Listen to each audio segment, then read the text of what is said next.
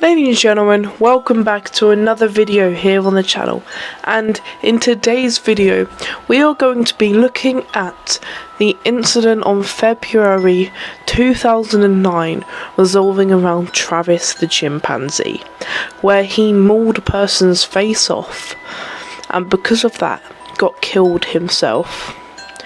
This is an episode which I wanted to do for a while. It's really interesting and there's loads of strands to it. So without further ado, let's look into the life and what happened to Travis the chimpanzee. Travis was a male chimpanzee who was raised and lived with a human family. On February 16th, 2009, he attacked and mauled his owner Sandra Harold's friend Charla Nash in Stamford, Connecticut, blinding her, severing several body parts and lacerating her face before he was shot and killed by responding officer Frank Chiafari. The incident received widespread international attention and sparked a debate over the logic and ethics of keeping primates as pets. In the example, a bill was reintroduced to add chimpanzees among other primates to the list of prohibited wildlife species that can't be sold or purchased through interstate and foreign sales. However, the bill was never taken up by the US Senate and was never even a thing. Travis was born to Susie and Coco, who were imported from Africa to the US sometime in the 1970s.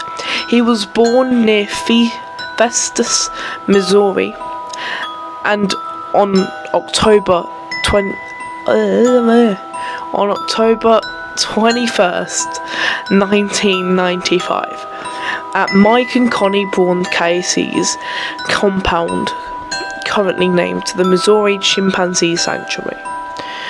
In a separate incident, Susie was fatally shot following an escape in 2001.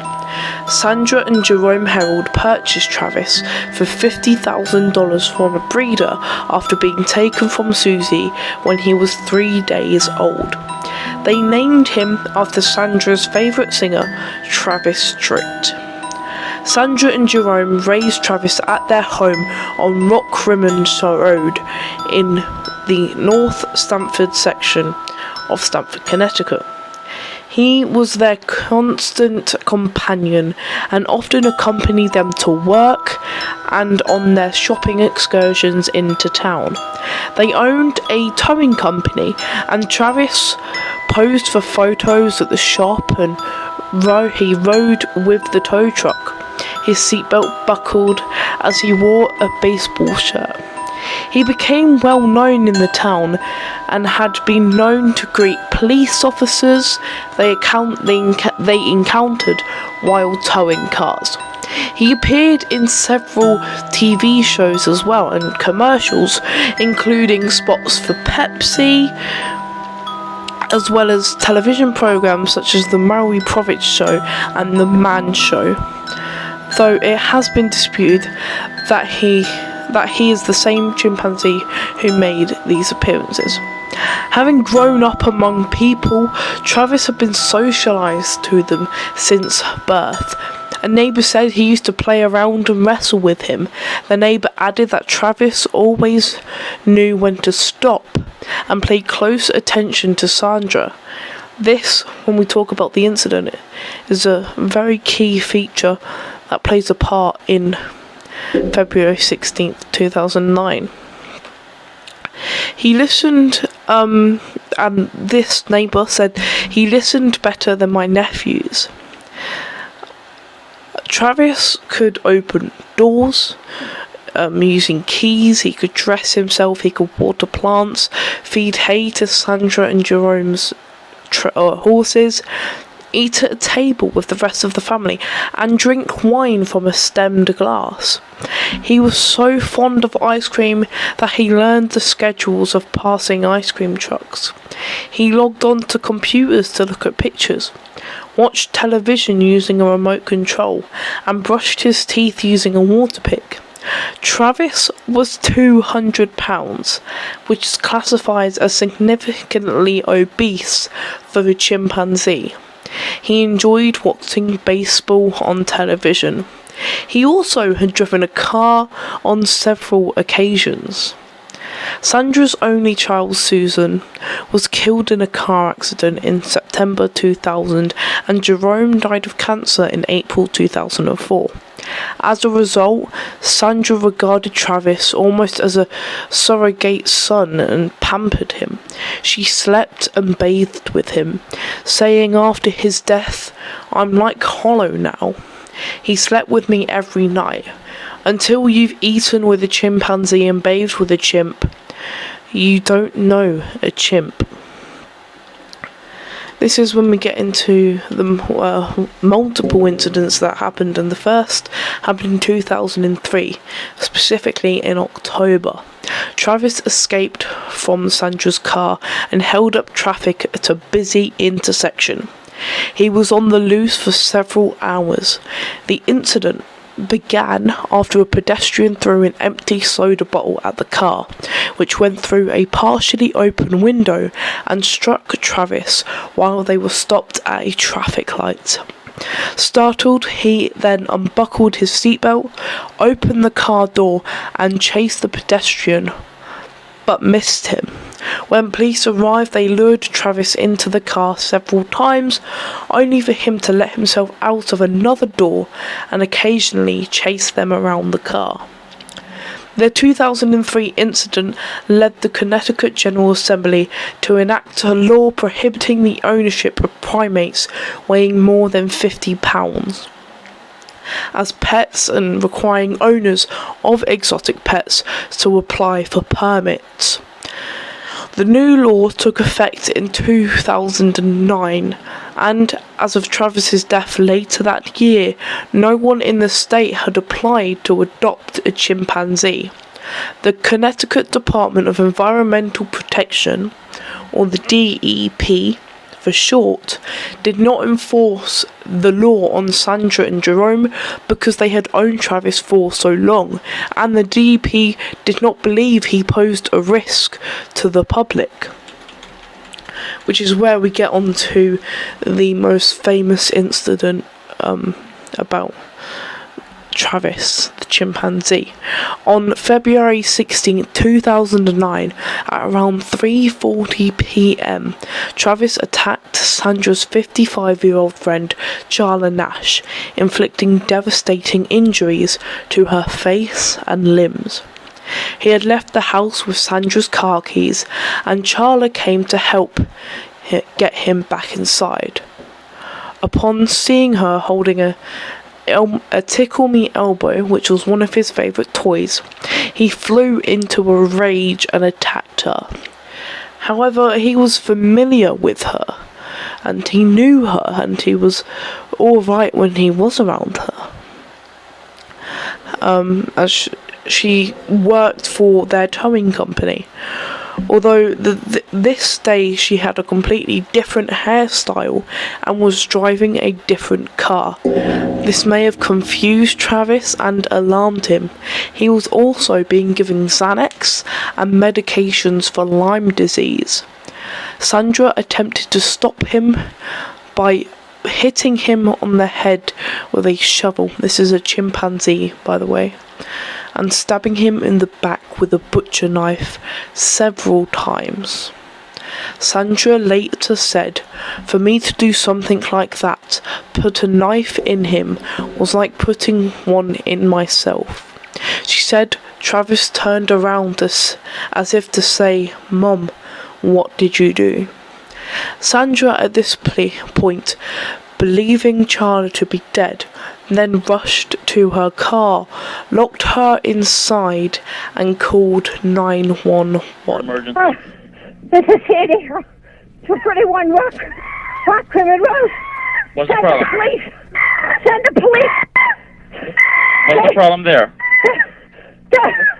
The chimp killed my friend! What's the problem with your friend? Oh, please! What's the problem with your friend? I need to know. Send the police up! With a gun! With a gun! Hurry Who up! has a gun? Please, hurry up! He's killing my girlfriend! What is the problem? He's killing my friend! Who's killing your friend? My In chimpanzee! which this call is very chilling to listen to. Travis's screams can actually be heard in the background of this at the start of the tape as she pleads with the police, who initially believed that this phone call was a hoax, and the caller on the other side was questioning her and actually believing that it was not real. He didn't believe that a chimpanzee could do this to someone, and that even someone had possession of a chimpanzee. And there was one point in the phone call that Sandra literally said, "He's eating her." Him being the chimpanzee, her being Charla Nash. Emergency medical services waited for police before approaching the house. When they arrived, Travis headed towards the police car, tried to open a locked passenger door, and smashed a side view mirror. Then he went around to the driver's side door and opened it, at which point Officer Frank Chiafari shot him 4 times with his service pistol. He retreated to the house, where he was later found dead next to his cage, which Travis had no idea what he had just done. Obviously, we heard earlier that he was being given Xanax, which was a drug that made you angry and irritated by the littlest of things. And because Charlie Nash had one of his favourite toys, and because he didn't realise it was her, it all triggered him. And from that point it just went downhill for not only Charla Nash but also Travis. People say, should he have been shot? Because he was innocent, pretty much. And if you've ever seen, we're going off a tangent here, but if you've ever seen the movie Nope and Gordy's home video, it's heavily implied that that was inspired by this attack, as you could see the chimpanzee going around literally eating the humans on the set, and it all took just one balloon to pop to trigger this chimpanzee to become ape, pretty much, to kill everyone, is what it was. The paramedic crew described Charla's injuries as horrendous. Within the following 72 hours, she underwent more than 7 hours of surgery on her face and her hands by 4 teams of surgeons. And her injuries were that bad, the hospital provided counselling to staff members who initially treated her because of the extraordinary nature of her wounds. Paramedics noted she had lost her eyes, nose, lips, mid-face bone structure, and 9 fingers. Doctors removed some of Travis's hair and teeth that had embedded into her bones and retracted her, and they had to reattach her whole jaw. But announced on April 7th, 2009, that she would be blind for life. And I'm not meaning she could see a little bit, she couldn't even see a little bit. She literally was fully blind. Her injuries made her a possible candidate for an experimental face transplant surgery. After initial treatment at Stanford Hospital, she was transferred to the Cleveland Clinic. Her family had started a trust fund to raise money to pay her unfathomable medical bills to support her daughter. She revealed her face in public for the first time since the attack on the Oprah Winfrey Show on November 11th, 2009. She was not in physical pain from the attack at that time, and relatives said she hoped to leave the Cleveland Clinic soon.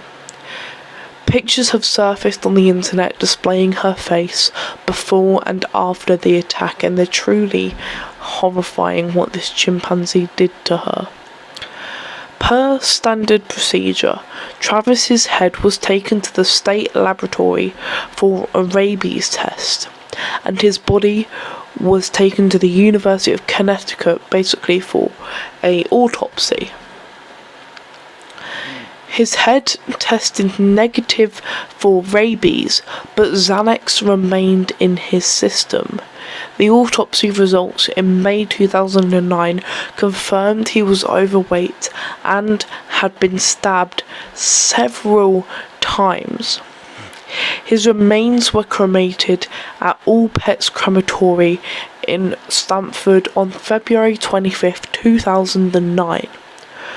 Toxicology reports confirmed Sandra's statement that she had given him Xanax-laced tea the day of the attack, which again could have exacerbated his aggression. Shortly after the attack, a woman who had lived in the same area as Sandra came forward with information that in 1996 the chimpanzee had bitten her hand and tried to pull her into a vehicle as she greeted him. She claimed to have complained to not only Sandra and Jerome, but also the Stamford Police and the Connecticut State Police, who stated they had no record of any such complaint. Afterwards, PETA members allegedly harassed Sandra, although the organisation that stated that it did not have any official involvement in this case. On May 24th, 2010, 15 months after the attack, Sandra died suddenly of a ruptured aortic aneurysm at the age of 72. Her attorney, Robert Golger, released the following statement. Mrs. Herold has suffered a series of heartbreaking losses over the last several years, beginning with the death of her first and only daughter, who was killed in a car accident, then her husband, then her beloved chimp, Travis, as well as the tragic maiming of friend and employee Charla Nash. In the end, her heart, which had been so broken so many times before, could take no more.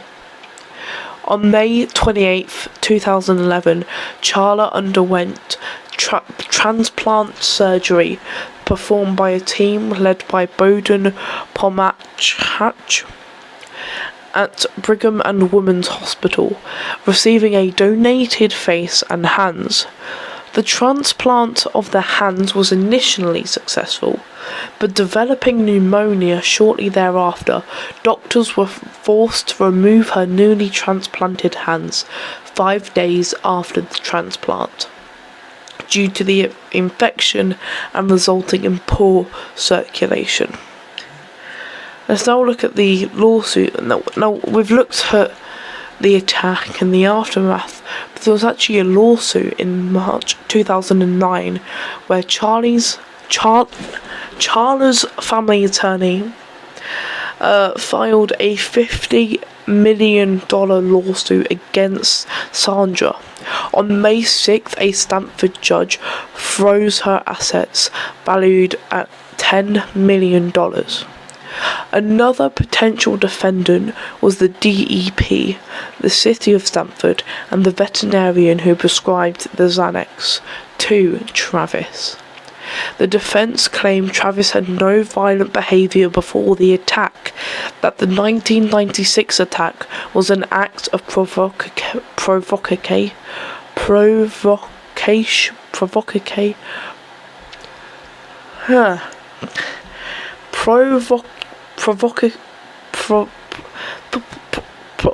I can't say that word. Basically, Travis was antagonized at that attack, and that he had no teeth. He denied that the 1998 attack ever occurred. In November 2012, thank God we got over that bit. In November 2012, Charles settled with Sandra's estate and received approximately $4 million. Charlotte attempted to sue the state of Connecticut in 2013, but her claim was denied. She had asserted that officials knew Travis was dangerous, but did nothing about it. Her petition to sue was denied on the basis that at the time of the attack, no statute existed that prohibited the private ownership of a chimpanzee. In July 2013, her attorneys began efforts to appeal the court's decision. Now, in the media, news reports of this incident spread as far as to China. The attack, reminiscent of another that occurred 4 years earlier in California, provoked discussions by sources such as Time magazine and primatologists Jane Goodall and Franz de Waal about the logic of keeping such exotic animals as pets. Reality television actress Kim Kardashian also received criticism for posting photos of her family with a 3-year-old chimpanzee on her blog only days after the attack. The chimpanzee had been rented for her television show Keeping Up with the Kardashians. She apologised and noticed, "I understand my timing was not appropriate and it was insensitive of me. What happened to the woman that was attacked by the chimpanzee was devastating. In no way did I mean to insult or offend anyone by posting these pictures." Travis's escape and Charlie's subsequent attack were used as part of the Chimps episode of Animal Planet's 2010 to 2011 documentary series Fatal Attractions. Sound from the original 911 call, radio traffic from Travis's police shooting, and the aftermath of the hunt were used in it. In June 2009, American deathcore band Suicide Silence released their second album, No Time to Bleed, featuring the track And Then She Bled, a song recreation of the 9/11 emergency phone call placed by Sandra during the attack. A similar attack is depicted in the 2002 film Nope, in which Gordy, an animal actor chimpanzee, is startled on set and attacks his human co-stars before being shot dead by police. In the film, a young girl mauled by Gordy is shown years later to wear a mesh covering over her severely disfigured face, which was similar to the one worn by Charla Nash in the Oprah Winfrey Show. Other than that, that is pretty much it for today's video. I hope you liked it. If you have, please leave a like on the video, subscribe to the channel if you're new, and I will see you in the next one. Goodbye for now.